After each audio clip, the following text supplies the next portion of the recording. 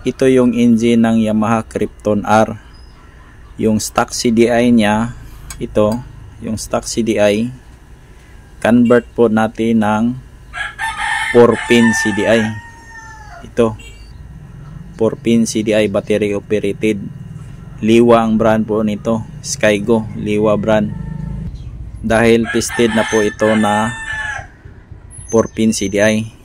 Check nyo lang sa description ng video na ito kung saan ko ito binibili at original siya. Ito lang ang ating kailangan para i-convert natin yung stock CDI to 4-pin CDI battery operated. Yan, meron na tayong battery dito.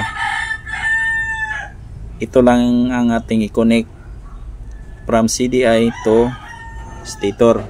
Yan, may 7 wires po itong stator natin na stock source coil or stator. Ito lang ang ating i-connect papunta dito. Yung dalawang wires ng stator, itong positive at saka negative ng primary coil, ito yung hindi natin kailangan dahil nag-convert tayo ng battery operated. Wala po ito siyang connection. Ito lang yung kailangan natin, itong sa pulser, positive at saka negative ng pulser.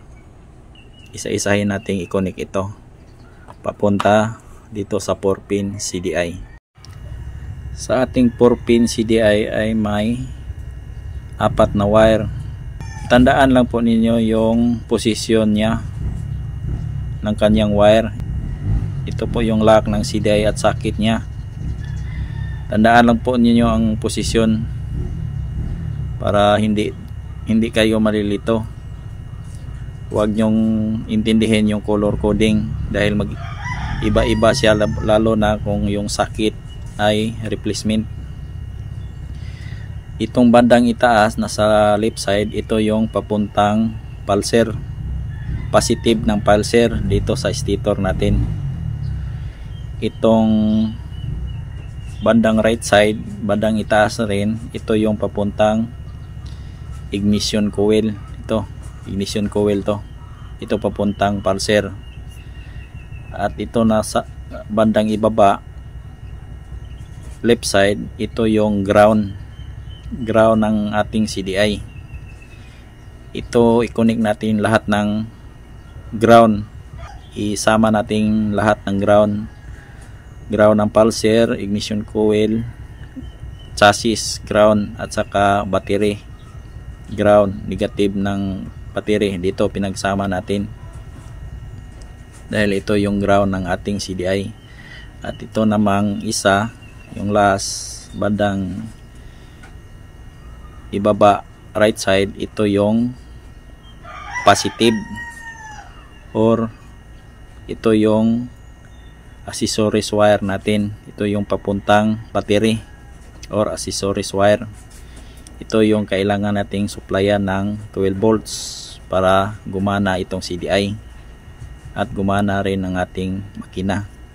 Dito naman sa kanyang stator or source coil ay may 7 wire, 7 wire po ito. Itong black, ito yung kabuuhang ground niya, black, kabuuhang ground. Itong white, ito yung charging coil, itong white. Itong yellow, ito yung light coil. Ito namang white, ito yung negative ng pulser. At itong red, ito yung positive ng pulser. Itong brown, ito yung positive ng primary coil. At itong panghuling green, ito yung negative ng primary coil. Negative, positive ng primary coil. Pero itong dalawa, hindi natin kailangan ito dahil nag-convert po tayo ng battery operated. Itong primary coil, hindi natin kailangan ito. Ito lang pulser, saka kabuuang ground niya. Ito lang ang kailangang may connection, ground at saka positive, negative ng pulser. Yun ang i-connect natin dito papuntang CDI. 4-pin CDI yan. At sa ignition coil, may positive at saka negative. Ito yung orange, yung papuntang CDI. At meron din tayong ground. Yan, negative. Yun lang, ito lang kailangan nating wiring para mapagana natin itong makina ng Krypton. Ito ang kanyang posisyon ng 4-pin CDI. Itong bandang ibaba, nasa right side, ito yung papuntang positive ng battery. Yan, positive po yan, dito po yan. At ito namang bandang left side, ibaba rin, ito yung negative ng CDI. Pinagsama na po natin lahat ng negative. Negative ng CDI, negative ng battery, negative ng stator, negative ng ignition coil. Yan, pinagsama natin.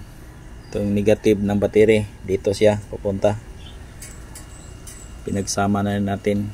Itong bandang itaas sa left side, itong kulay yellow, ito yung papuntang pulser, positive ng pulser. Yan, positive ng pulser papuntang stator po yan, dito.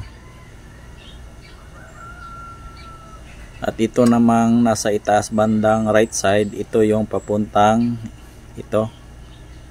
ito yung papuntang ignition coil. Yan, itong kulay orange, yan, pupunta dito, ignition coil. At nakakunik dito yung spark plug. Yan.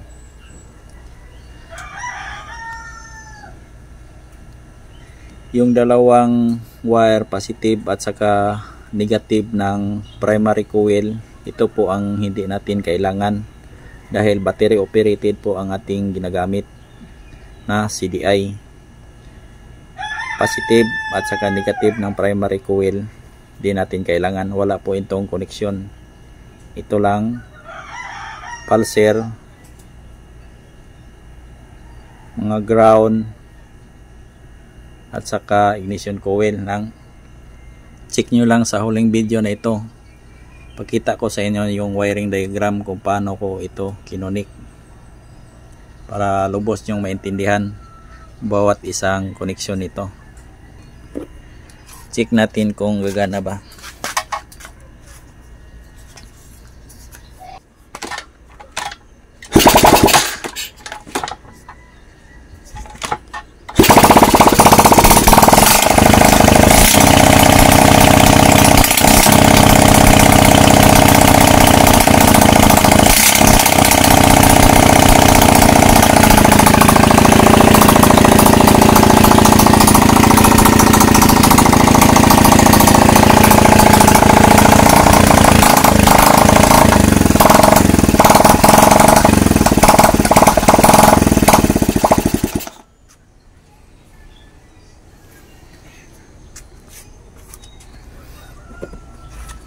Yan, gagana po ang ating wiring diagram at okay yung ating connection bawat isa na wire from CDI to stator or source coil.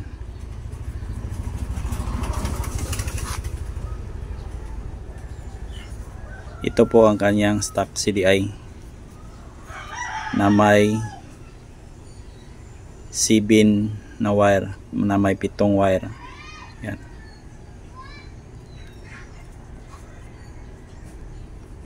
Kinonvert po natin ng 4-pin CDI, battery operated. Okay.